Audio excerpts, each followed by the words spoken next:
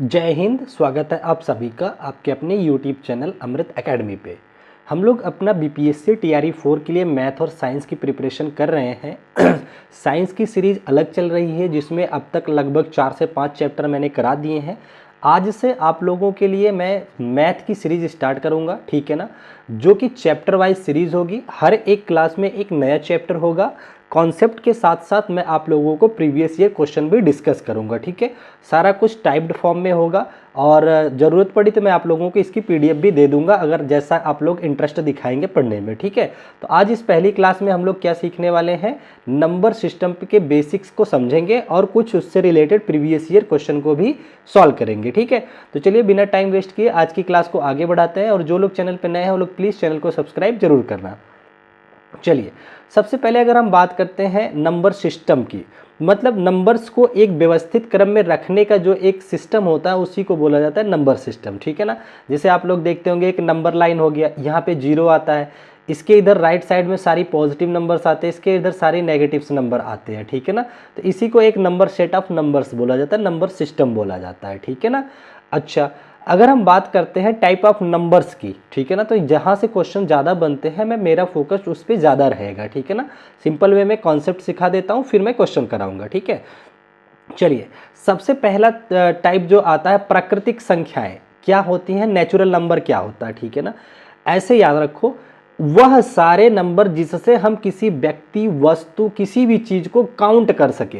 जैसे 1 आदमी, 10 आदमी, 500 आदमी, 50,000 आदमी, 1 किताब, 10 किताब, मतलब जिन नंबरों से हम किसी वस्तु, व्यक्ति को काउंट करते हैं उन्हीं को बोला जाता है प्राकृतिक संख्याएं, ठीक है ना।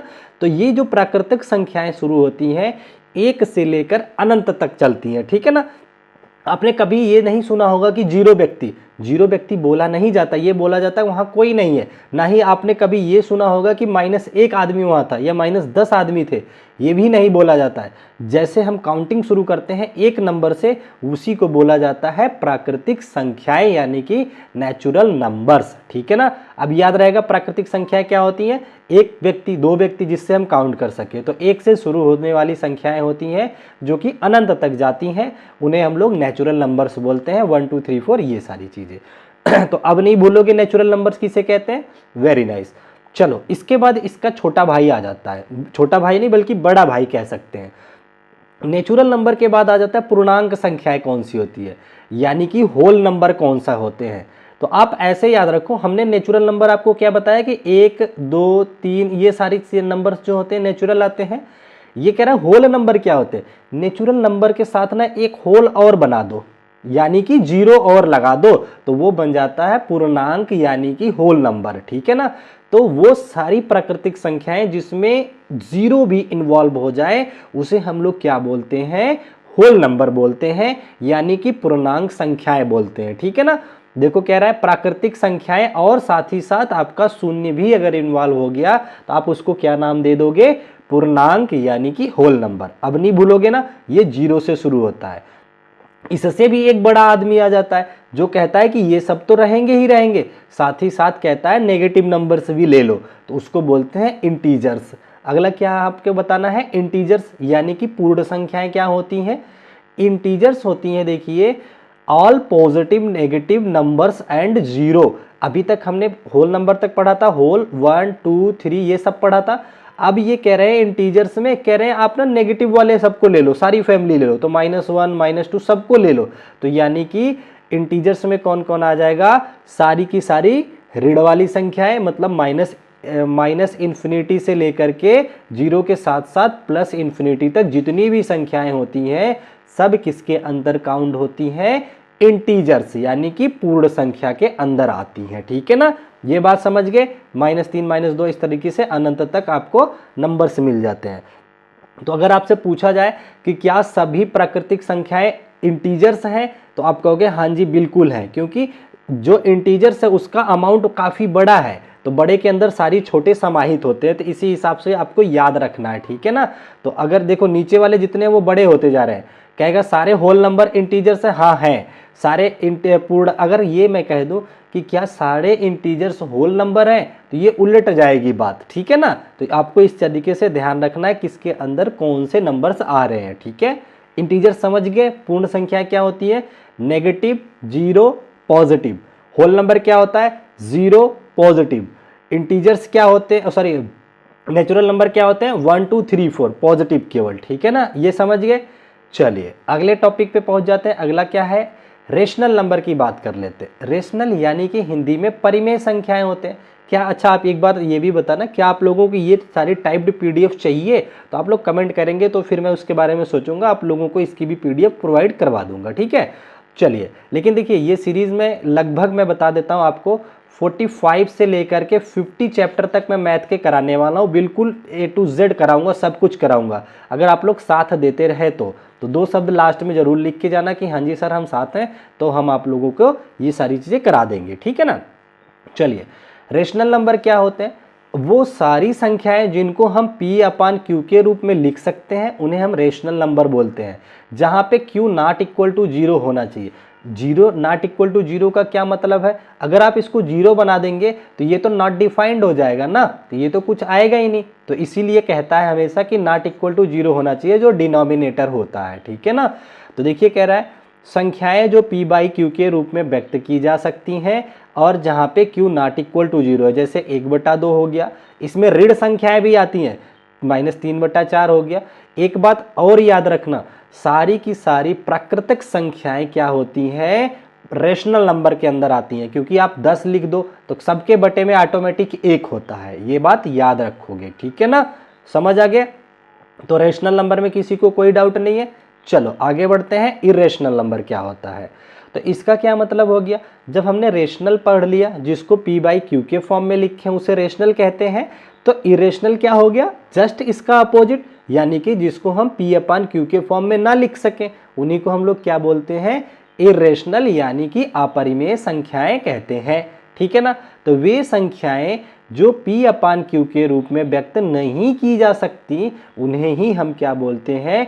अपरिमेय, यानी कि इंटीजर्स बोले जाते हैं, इरेशनल बोले जाते हैं, ठीक है ना। इसके एग्जाम्पल सारी जो कर्णीगत संख्याएं हैं वो, और साथ ही साथ आपके पाई हो गया, आयोटा वगैरह हो गया, ये सारी चीज़ें किसके अंतर्गत आती हैं? इरेशनल के नंबर के अंतर्गत आती हैं। आपसे पाई और रूट वाले टर्म पूछे जाते हैं। क्या आप ये कहोगे कि अगर मैंने √4 लिख दिया, क्या ये परिमेय संख्या है या अपरिमेय संख्या है? तो ये रूट देखकर आप मत कह देना कि ये अपरिमेय संख्या है, नहीं। जो परिमेय, जो रूट को सॉल्व करके बाहर आया है 2, अगर ये पूरी तरह से सॉल्व हो गया तो ये आप परिमेय संख्या में आएगा, ना कि अपरिमेय। तो ये बात आपको याद रखना होगा, ठीक है ना। हमें रूट के वही लेने हैं जो पूर्णतया मतलब जो पूर्ण रूप से अंडर रूट के बाहर ना आ सके, ठीक है, जो परफेक्ट स्क्वायर नहीं होते हैं, वही अगर रूट के अंदर है तो उन्हीं को हम लोग बोलते हैं क्या? अपरिमेय, यानी कि इरेशनल नंबर्स, ठीक है ना। चलिए यहां तक समझ गए। अब हम आ जाते हैं रियल नंबर, वास्तविक संख्याएं क्या होती हैं इसको समझ लेते हैं। Real number, all rational and irrational numbers, सभी परिमेय और अपरिमेय संख्या को एक साथ क्या बोला जाता है? रियल नंबर्स बोले जाते हैं। तो बस ये कई बार डेफिनेशन से डायरेक्ट क्वेश्चन पूछता है, तो बार बार इसको पढ़ते रहोगे तो अपने आप याद हो जाएगा, ठीक है। क्या होती हैं वास्तविक संख्याएं? वे सारी संख्याएं जिसके अंतर्गत परिमेय तथा अपरिमेय, यानी कि रेशनल और इरेशनल दोनों संख्याएं समाहित होती हैं, उन्हें ही हम लोग क्या बोलते हैं? वास्तविक संख्याएं, यानी कि रियल नंबर्स बोलते हैं, ठीक है ना। तो कुछ बेसिक चीजें थी, हमने समझ लिया। अब हम कुछ महत्वपूर्ण और अवधारणाएं हैं जिसकी बात कर लेते हैं। जैसे हम अवधारणा समझ लेते हैं प्राइम नंबर की, यानी कि अभाज्य संख्याएं। इनके जैसे कि वर्ड से ही पता चल रहा है, अभाज्य का मतलब हो गया जो किसी से भाग ना हो, ठीक है ना। इसकी डेफिनेशन में क्या आता है? जो संख्याएं केवल एक से, 1 से और स्वयं से विभाजित होती हैं उन्हें ही हम लोग बोलते हैं प्राइम नंबर्स, यानी कि अभाज्य संख्याएं। आप लोगों ने बचपन से ही पढ़ रखा होगा। तो मुझे ये बताओ, क्या जो 1 है, संख्या 1, क्या ये प्राइम नंबर है? ना जी ना।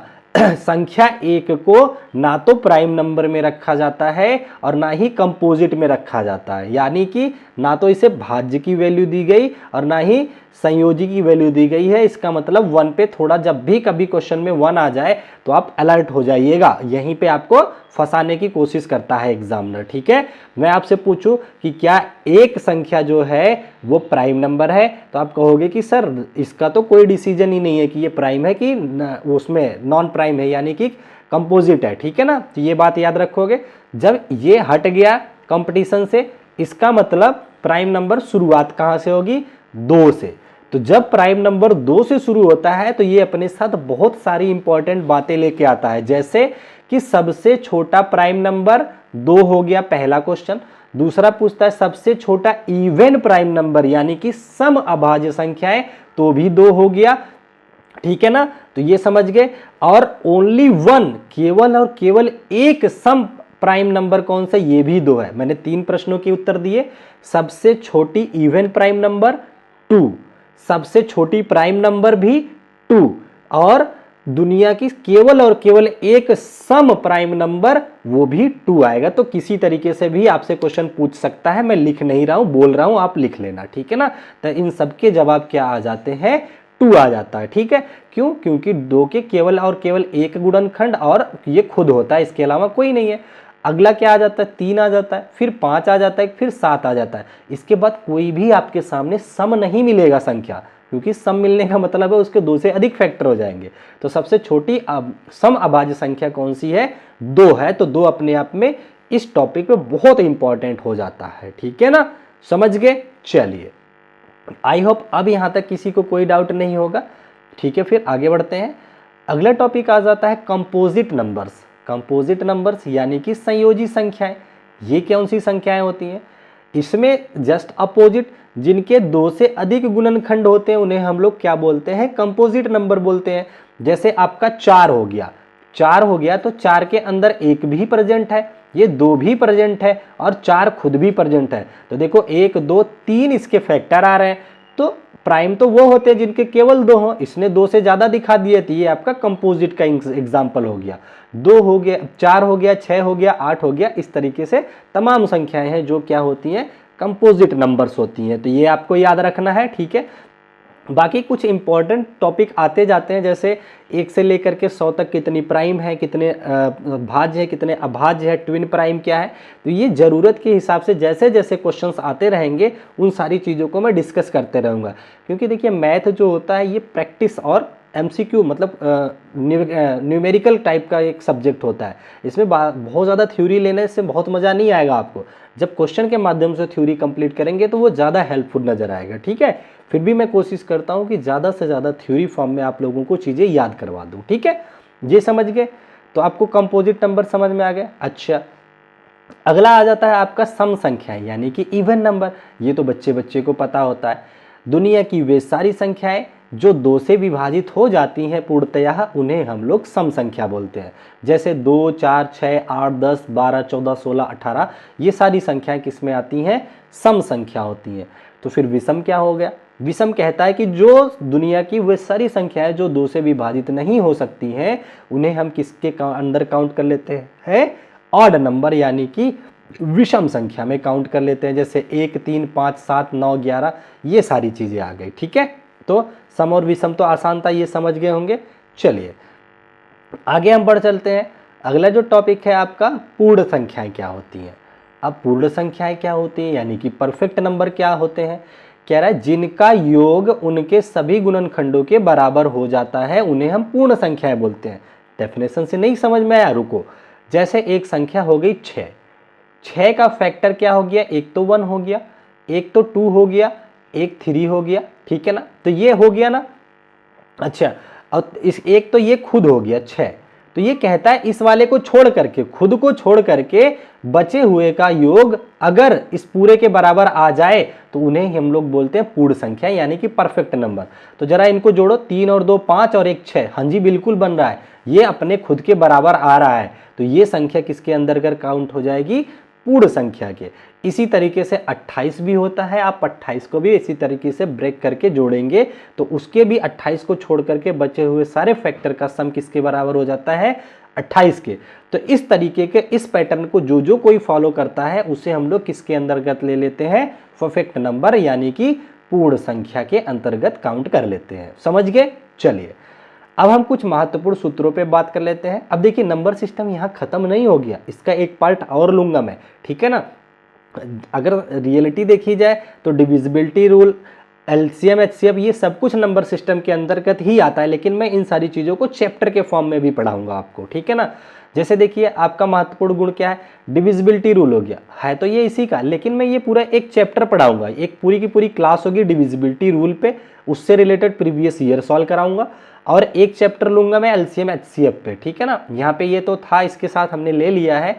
तो देखिए 2, 3, 5 ये डिविजिबिलिटी रूल क्या होते हैं, दुनिया की हर वो संख्या 2 से कटेगी जिसके अंतिम अंक सम होते हैं। जैसे 12 हो गया, 18 हो गया, अंतिम अंक को देख लो, अगर वो सम संख्याएं हैं तो वो 2 से ऑटोमेटिक कट जाती हैं, तो इसमें कोई बहुत बड़ा बात नहीं है। 3 से कटने का मतलब हो गया ऐसी संख्या जिनके अंकों का योग 3 से कट जाए वो संख्या खुद भी 3 से कटती है। जैसे 18 है तो 8 1 9, 9 जो है 3 से कट रहा है तो ये 18 पूरी तरह से 3 से कटेगा। जैसे 743 लिख दिया तो 4 3 7 7 14, ये नहीं कट रहा है तो ये 3 से भी नहीं कटेगा, ठीक है ना। तो अंकों के योग पे ध्यान देते हैं, तो किसी को घबराना नहीं है।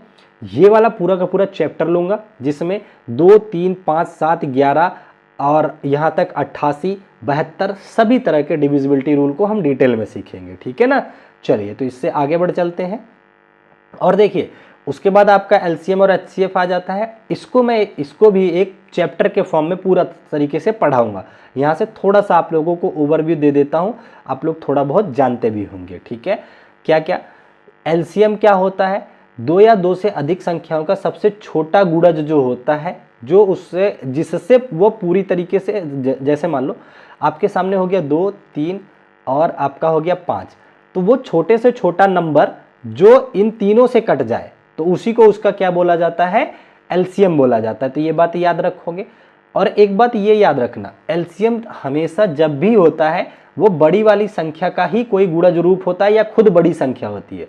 क्या बोला, एलसीएम में ये सब कुछ पढ़ाऊंगा डिटेल में, लिखित में पढ़ाऊंगा, ठीक है ना। एक बार सुन लो फिर से, एलसीएम दी हुई सभी संख्याओं में से सबसे बड़ी वाली संख्या या तो वो खुद ही हो जाएगी उसका एलसीएम, या फिर उसी का कोई मल्टीपल होता है। क्या, उसी का कोई मल्टीपल होता है, ठीक है ना। तो ये बात आपको याद रखना है, ठीक है। यहाँ तक किसी को कोई दिक्कत नहीं है।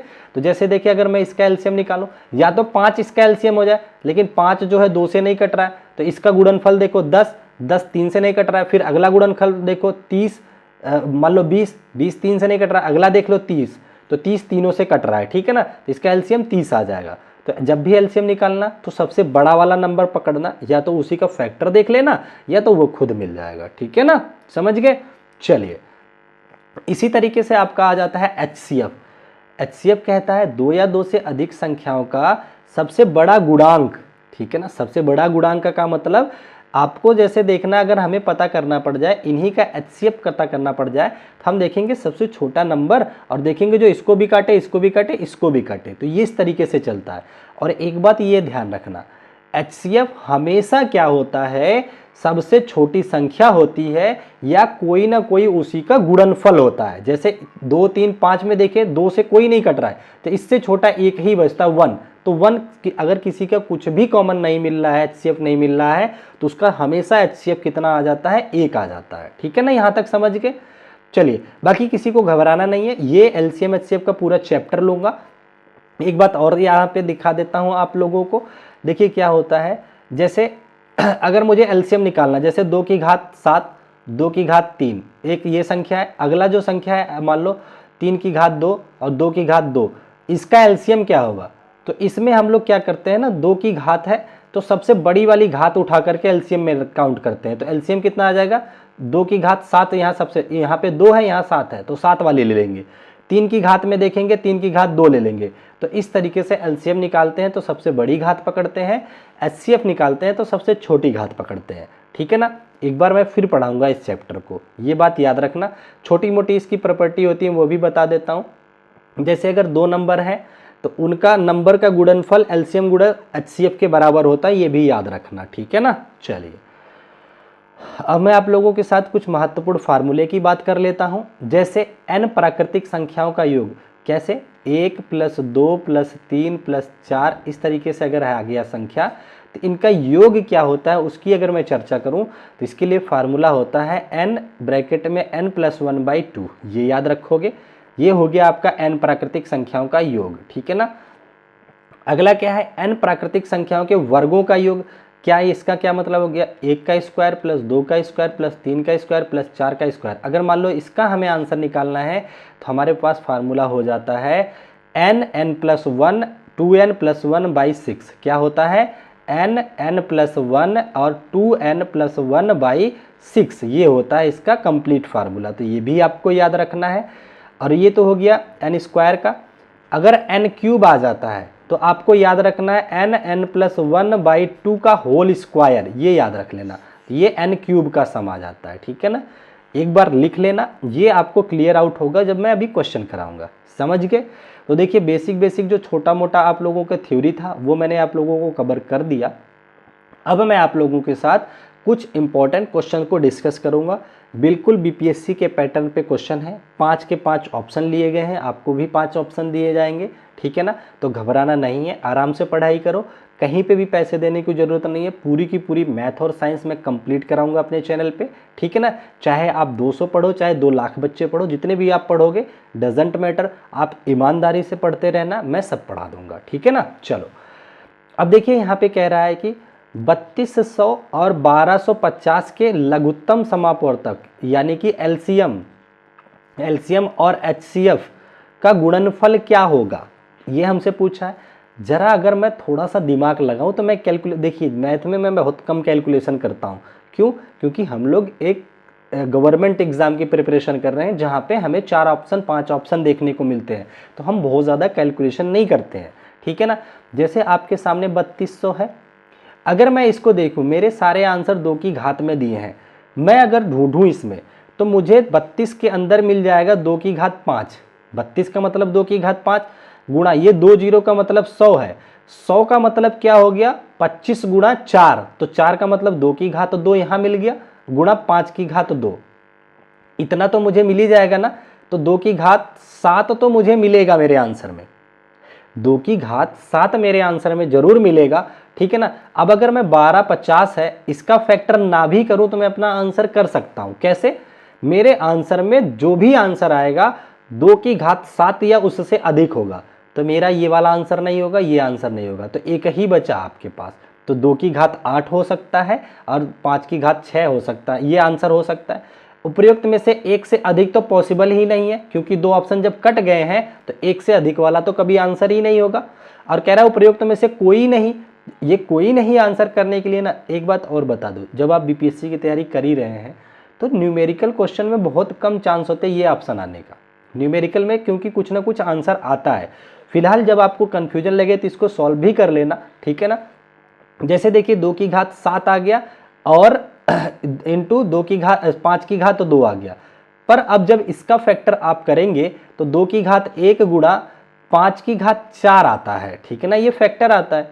तो एलसीएम लेने के लिए मैंने आपको सिखा रखा है क्या, इन दोनों का अगर मुझे एलसीएम निकालना है तो 2 की सबसे बड़ी घात 2 की घात 7 इंटू 5 की घात सबसे बड़ी घात 5 की घात 4, तो ये तो एलसीएम निकल के आ गया। एचसीएफ क्या आएगा, एचसीएफ सबसे छोटी घात तो 2 की घात 1 इंटू 5 की घात 2, ठीक है ना। अब कह रहे हैं इनका गुणनफल बताओ कितना आएगा, तो गुणा में अब जब इनको गुणा करोगे तो घातें जुड़ जाएंगी ना, तो 2 की घात 7 और 1 ये, तो 2 की घात 8 आएगा आपके आंसर में, और 5 की घात 4 और 2 6, 5 की घात 6 आएगा। तो आपका आंसर साफ साफ दिख रहा है 2 की घात 8 और 5 की घात 6। मैं तो इसको शुरू में ही आंसर कर सकता था, जैसे मुझे 32 दिखा 5 घात मिल गया था, 100 दिखा 2 घात और मिल गया, तो 7 घात, यहाँ दोनों ऑप्शन कट गए, एक ही ऑप्शन था, मैं चाहता तो इसको टिक मार करके आगे बढ़ सकता था। मैं आगे इसी तरीके से शॉर्ट वे में ऑप्शन से आपको क्वेश्चन करना सिखाऊंगा। फिलहाल मैंने यहाँ पे आपकी जानकारी के लिए डिटेल में सॉल्व कर दिया, ठीक है ना। चलिए आगे बढ़ते हैं अगले क्वेश्चन पे।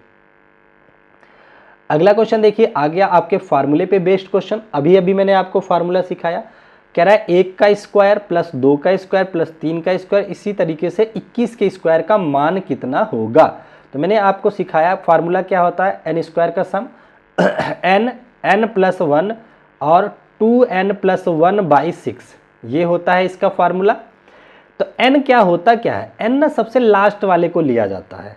तो मैं यहाँ पे अगर n को 21 ले लूँ और गुणा n प्लस 1 मतलब 21 प्लस 1 यानी कि 22 हो गया, फिर गुणा 2n प्लस 1 तो 21 दूना 42 और 1 ये 43 हो जाता है, ठीक है ना, बटा में 6 आ जाता है।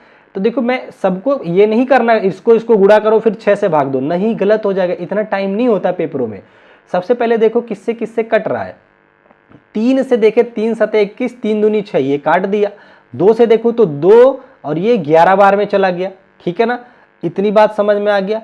तो 11 सते 77 हो गया आपका और गुणा 43, तो 3 सते 21, लास्ट में 1 दिखेगा, सब में दिख रहा है, कोई बात नहीं है। 3 सते 21 हो गया, 4 सते 28 और 4 अगर आप इसको गुणा करोगे तो ये फिर 11 दिखेगा, लास्ट में 11 भी आना चाहिए, लास्ट में 11 एक ही ऑप्शन पे, आप इसको कर सकते हैं आंसर, ठीक है ना।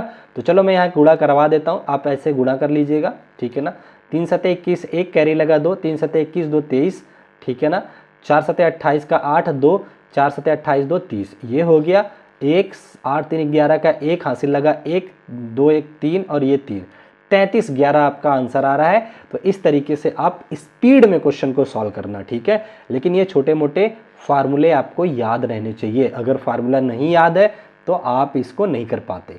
चलो आगे बढ़ते हैं, अगला क्वेश्चन।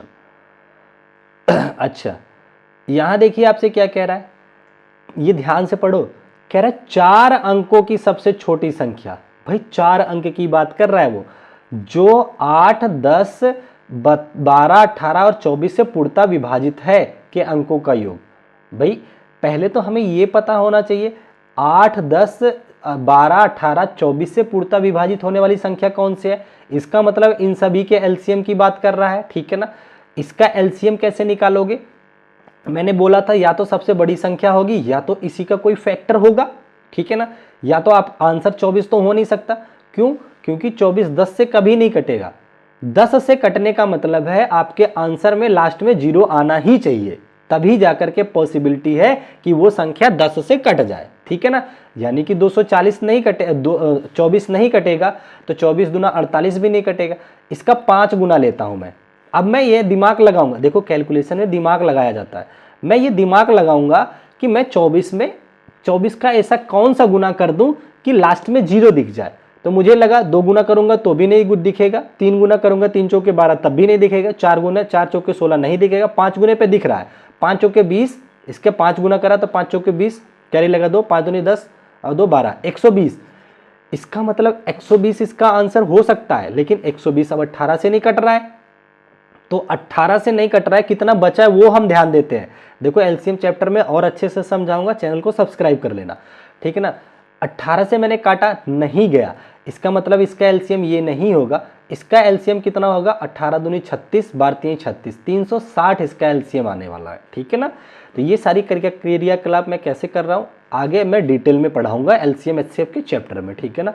तो इसका तो एलसीएम आ गया 360, क्या मैं 360 लेकर के 6 3 9 इसका आंसर कर दूं, नहीं, क्यों, क्योंकि इसने बोला है 4 अंकों की, ये तो भाई 3 ही अंक तो हुआ, ये तो 3 ही अंक हुआ, 4 अंकों की छोटी से छोटी पूछा है।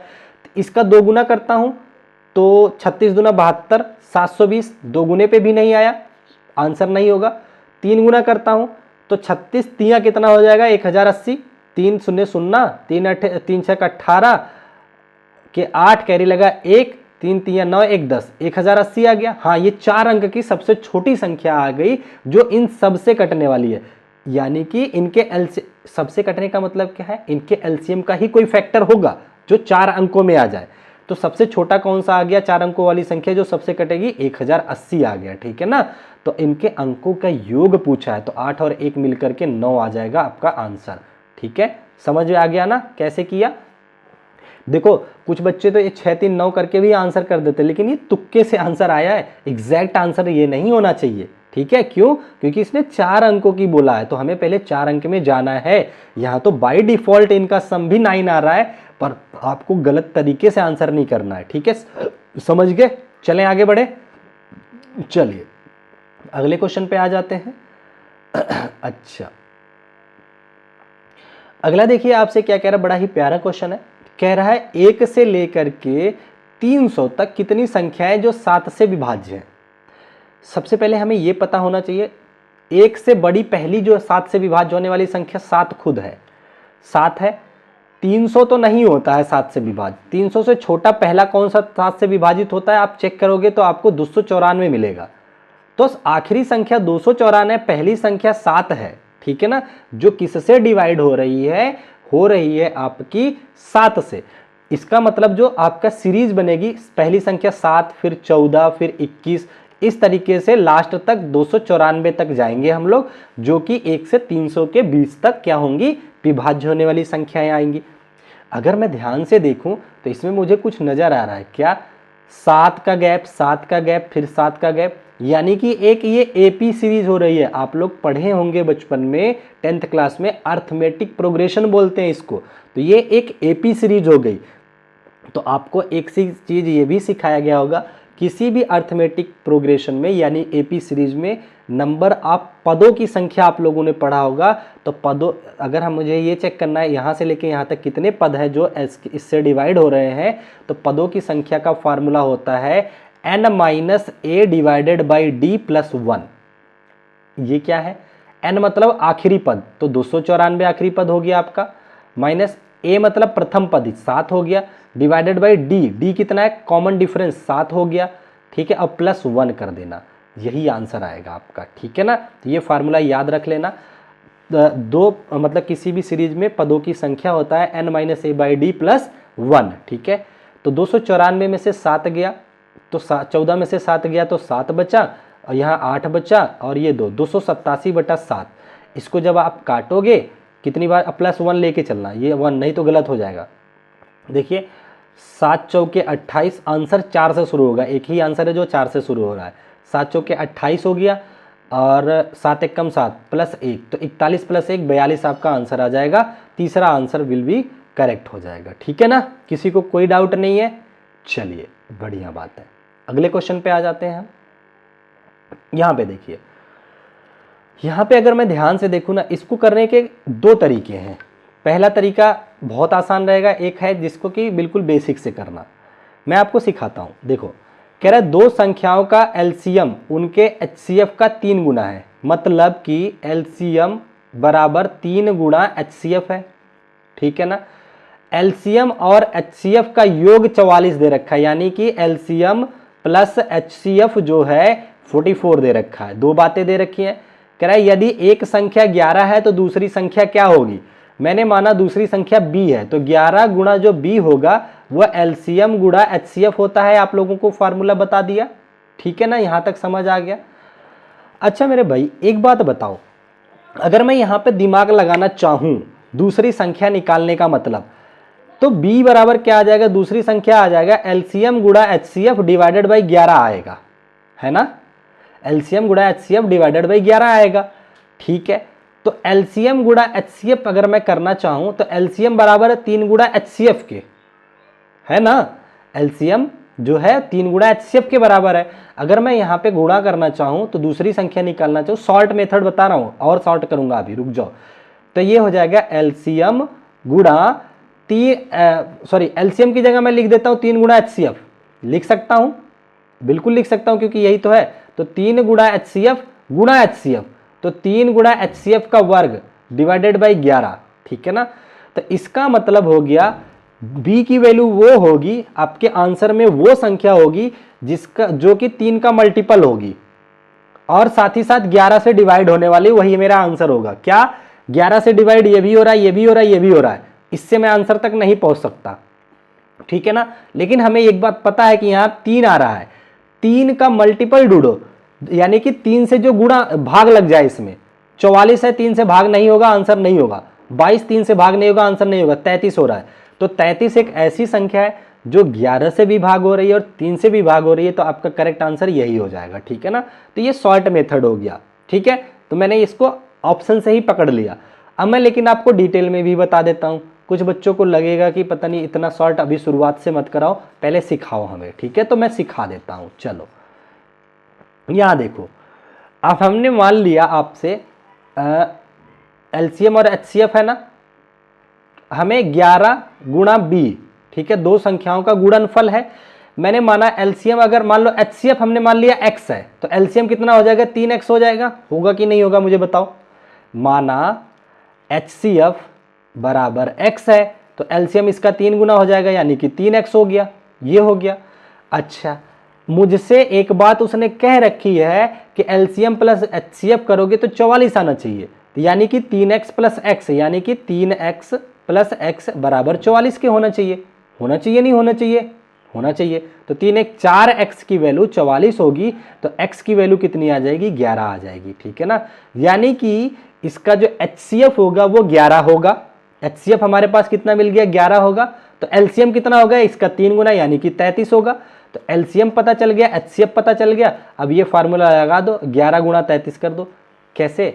पहली संख्या 11 है, दूसरी संख्या नहीं पता, पहली संख्या गुणे दूसरी संख्या बराबर होता है LCM गुणा HCF, ये लगा दो।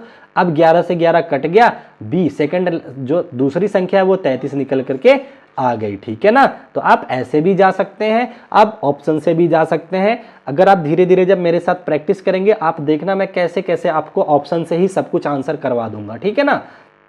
चलो आगे बढ़ते हैं अगले क्वेश्चन पे। अच्छा, यहाँ पे देखिए क्या कह रहा है, ये थोड़ा सा लेंदी टाइप का क्वेश्चन हो जाता है, ठीक है ना। इसको मैं करवा देता हूँ, टाइम ज़्यादा तो नहीं हुआ है। यहाँ पे देखिए कह रहा है कोई 2 अंकों वाली संख्याओं के अंकों का योगफल 3 गुने से 4 अधिक है।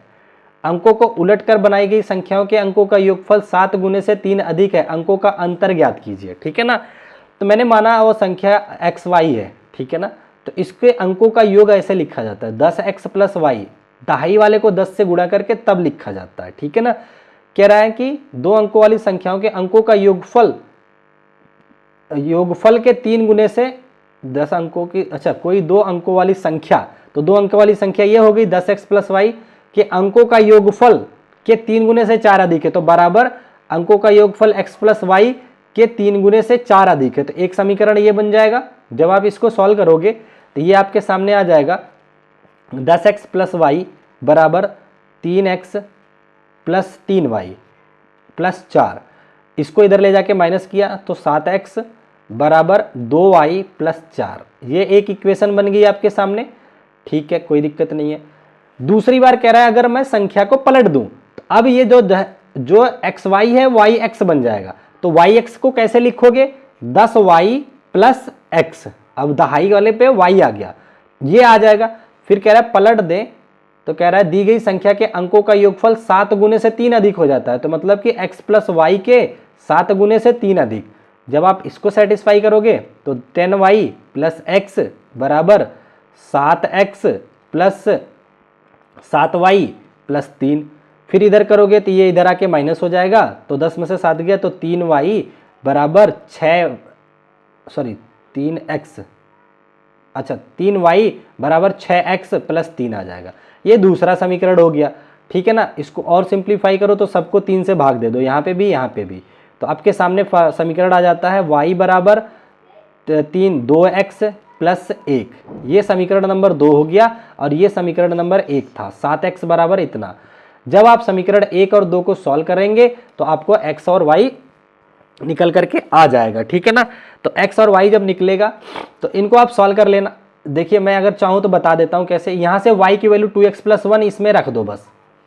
तो जब आप इसको सॉल्व करोगे फर्दर तो x आपका 5 आता है, y आपका 3 आता है, दोनों 2 आता है। तो 5 में से 2 गया 3 इसका आंसर आएगा। इतनी कैलकुलेशन आप पे छोड़ता हूँ, आप कर लेना, ठीक है ना। तो इसका जो करेक्ट आंसर है वो मैं बता देता हूँ, 3 आएगा, ठीक है ना। चलिए बल इस स्टेप मैंने सारा बता दिया, ठीक है। ये थोड़ा सा लेंदी था, मैं टाइम वेस्ट नहीं करना चाहता कभी भी अपनी क्लास में, ठीक है। और कोशिश करूंगा कि आप लोग मेहनत से पढ़ने वाले ही मेरे साथ जुड़ें, ठीक है ना। चलिए अगला देखिए क्या कह रहा है। मेरा टारगेट है कि मैं आप लोगों को कुछ तो कुछ फ्री में दे सकूं। जहाँ पे बहुत सारे लोग सब कोर्स बेचने पे लगे हैं, मैं मैथ और साइंस फ्री में पढ़ाने की पूरी कोशिश करूंगा, ठीक है। चलो यहाँ पे देखिए जरा, 3/4, 9/10, 15/16 के व्युत्क्रम का HCF क्या होगा। अच्छा भाई, इसने कहा इसके व्युत्क्रम का HCF, तो पहले मैं इसका व्युत्क्रम ही बना देता हूं। 4/3 और 9/10 को 10/9 लिखो। रुक जाइए, इसको लिख दीजिए, पहला तो 4/3 हो गया, ये 10/9 हो गया, और ये हो गया 16/15। ये हो गया इसका व्युत्क्रम। कह रहा है इसका HCF बताओ क्या होगा। जब हमसे इसका HCF पूछ रहा है तो HCF क्या होता है, भिन्नों का HCF होता है कि अंश का HCF निकालो और हर का LCM निकाल दो। तो मैं पहले हर का LCM ही निकाल लेता हूं। तो 3, 9, 15 का LCM क्या होगा, 15 का ही कोई फैक्टर होगा, 15 होगा नहीं, 30 होगा नहीं, तो सीधा 45 दिख रहा है मुझे। तो इसका मतलब नीचे मेरे आंसर में 45 आना चाहिए, ठीक है ना। तो मेरे आंसर में 45 एक ही जगह आ रहा है, मैं इसको आंसर कर दूंगा, ठीक है ना। क्यों, क्योंकि 4, 10, 16 का HCF देखोगे तो 2 आता है, ठीक है ना। तो आपका करेक्ट आंसर कितना आ जाएगा, 2/45। एक ही ऑप्शन में नीचे 45 दिया था, बाकी किसी में नहीं दिया हुआ था, ठीक है। चलिए आगे बढ़ चले, आ जाइए अगले क्वेश्चन की तरफ। ठीक है, ये देखिए एक बड़ा ही अच्छा क्वेश्चन दे रखा है। यहां कह रहा है 6 घड़ियां हैं, 6 घड़ियां एक साथ बजती हैं, ठीक है ना, एक साथ बज गई, कोई बात नहीं है। कह रहे बाद में वे क्रमशः 2, 4, 6, 8, 10 और 12 सेकंड के अंतराल पर बजती हैं। तो 30 मिनट में वे कितनी बार एक साथ बजती हैं, ठीक है ना। तो सबसे पहले ऐसी सिचुएशन में हमें एलसीएम निकालना होता है, किसका, 2, 4, 6, 8, 10, 12 का एलसीएम कितना होगा मुझे बताओ। तो मैंने बताया है आप लोगों को, एलसीएम या तो बड़ी वाली संख्या हो जाएगी या इसी का कोई फैक्टर हो जाएगा। आपके क्वेश्चन में 10 दिख रहा है, तो पहली बात तो जो भी आंसर होगा उसके इकाई अंक पे 0 दिखना चाहिए, तभी वो 10 से कटता है। तो आप जब इसका एलसीएम निकालेंगे तो देखो, पहली बात तो यहां पे देखो 60 12 से कट रहा है, 10 से कट रहा है, 8 से नहीं कट रहा है, तो इसका डबल ले लेते हैं, 120। 120 देखोगे सबसे कट जा रहा है, ठीक है। तो इसका एलसीएम जो आ जाएगा आपका कितना आ जाएगा, 120 आ जाएगा। यानी कि सारी घड़ियां 120 सेकंड के, यहां सेकंड दिया है, 120 सेकंड के अंतराल पर एक साथ बजेंगी। तो मुझे बताओ मिनट कितना होगा। 120 सेकंड के अंतराल का मतलब हो गया 120, 60 सेकंड में 1 मिनट होता है, तो 120 सेकंड में 2 मिनट हो गया। यानी कि 2 मिनट के अंतराल पर सारी घड़ियां एक साथ बजेंगी, ठीक है ना। तो कह रहा है 30 मिनट में वे कितनी बार एक साथ बजेंगी। तो भाई 2 मिनट पे एक साथ बज रही हैं, हर 2 मिनट पे एक साथ बज रही हैं, है ना। तो 30 मिनट में कितनी बार हो जाएंगी, तो 30 मिनट को 2-2 मिनट में बांट दो, तो 15 बार तो ये बज जाएंगी। लेकिन शुरुआत में एक बार एक्स्ट्रा आएगा, इसका जो आंसर आएगा +1 करके आएगा। 15 देख के आंसर मत कर देना, ठीक है ना, क्योंकि ये तो रहा इतने का, और एक बार और एक्स्ट्रा एक साथ ये बज चुकी होंगी, तो इसलिए 15 + 1 16 इसका करेक्ट आंसर आएगा, ना कि 15। तो 15 बहुत सारे बच्चे गलत कर जाते हैं, यहां पे कंफ्यूज नहीं होना है। आगे आने वाले प्रैक्टिस सेट में ऐसे क्वेश्चन मैं तमाम कराऊंगा जहां पे आपके सारे डाउट क्लियर कर दूंगा, ठीक है ना। चलिए आगे बढ़ चलते हैं अगले क्वेश्चन की तरफ। अगला क्वेश्चन देखिए आपसे क्या कह रहा है, बड़ा ही प्यारा क्वेश्चन है, और मैं कोशिश करूंगा कि ऐसे प्रश्नों को हम केवल और केवल ऑप्शन से सॉल्व करें, इसमें कोई दिमाग नहीं लगाओगे आप लोग, ठीक है।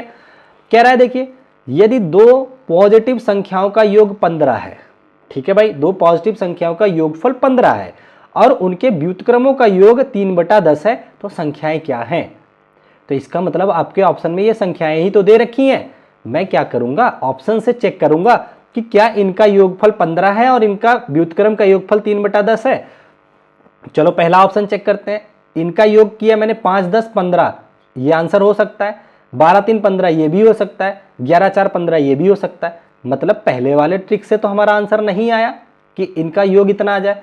दूसरा कह रहा है इनके व्युत्क्रमों का योग 3/10 आए। चलो इनका व्युत्क्रम करता हूं, 1/5 + 1/10, इसको जोड़ो जरा, 10 बचे, मतलब एलसीएम तो 10 ही आ गया, 5 दूनी 10 + 1 3/10। हाँ जी ये आ गया, ये आंसर हो सकता है। पर अभी मैं इसको आंसर टिक नहीं करूंगा, क्यों कह रहा है कि यहाँ पे एक ऑप्शन और देता है, उपयुक्त में से एक से अधिक तो नहीं है, तो इसलिए रुक जाओ। इसको चेक करता हूं, उलट करके जोड़ू जरा, 1/3 + 1/12। तो देखो अगर आप दिमाग लगाओ तो नीचे 12 है, ये 3 है, एलसीएम कभी भी 10 आ ही नहीं सकता। क्यों आएगा भाई, 12 और 3 में कभी 10 आने की पॉसिबिलिटीज ही नहीं है। तो हम चाहे तो ना भी चेक करें, इसका एलसीएम ऐसे 12 आएगा, 3 चौके 12 आ गया, +1 आ गया, 4 1 5/12 हो गया। 5/12 तो है नहीं, ये 3/10 आना था, तो ये ऑप्शन नहीं होगा। इसका करोगे तो 1/4 प्लस 1/11 करोगे तो ये भी देखोगे कभी भी पॉसिबल नहीं है नीचे 10 आने का, तो ये भी आंसर नहीं होगा। तो आपका आंसर आपको मिल चुका है, पहला ही वाला पूरी तरीके से सेटिस्फाई कर रहा है जो इसका आंसर होगा, ठीक है ना। तो ऑप्शन से करोगे तो चंद सेकंड में आंसर आ जाएगा। अगर आप चाहते हैं कि इसको पूरी तरीके से डिटेल में सॉल्व करना तो आपके सामने थोड़ा सा टेढ़ी खीर हो जाएगी, ठीक है ना। तो एक्स वाई मानो, उनको जोड़ो, उलट करके जोड़ो, तो वो काफ़ी टफ हो जाता है। मैं उसको कभी भी सपोर्ट नहीं करता हूँ, ठीक है ना। क्योंकि जब भी आपका पेपर आएगा तो आपके सामने 4-5 ऑप्शन दिए रहेंगे, वो हमारे लिए ही तो दिए हैं, हम उसका मदद ले लेंगे अपने क्वेश्चन को सॉल्व करने में, ठीक है। तो ये आज का आपका आखिरी सवाल था, ठीक है, जिसको कि हमने अच्छे तरीके से समझ लिया। और 2 शब्द और लिख के जाना जरूर कि कैसी लगी वीडियो। अगर आप लोगों को पसंद है, क्या आप लोग चाहते हैं कि सीरीज को मैं 45 चैप्टर तक कंटिन्यू रखूं? अगर आप कमेंट करेंगे तो ही मैं कंटिन्यू रख पाऊंगा, अदरवाइज देखेंगे इस बारे में, ठीक है ना। तो कमेंट करके जरूर जाना, ठीक है, इंतजार रहेगा आप लोगों को कमेंट का। और इसी तरीके से हर दिन एक नया चैप्टर मैं पढ़ाऊंगा, तो आप लोग चैनल के साथ जुड़ जाना, सब्सक्राइब वगैरह कर लेना, ठीक है। तो आज की वीडियो में इतना ही, फिर मिलेंगे आप लोगों से नेक्स्ट वीडियो में। तब तक के लिए आप अपना ध्यान रखें। Bye bye, take care, thank you so much. जय हिंद, जय भारत।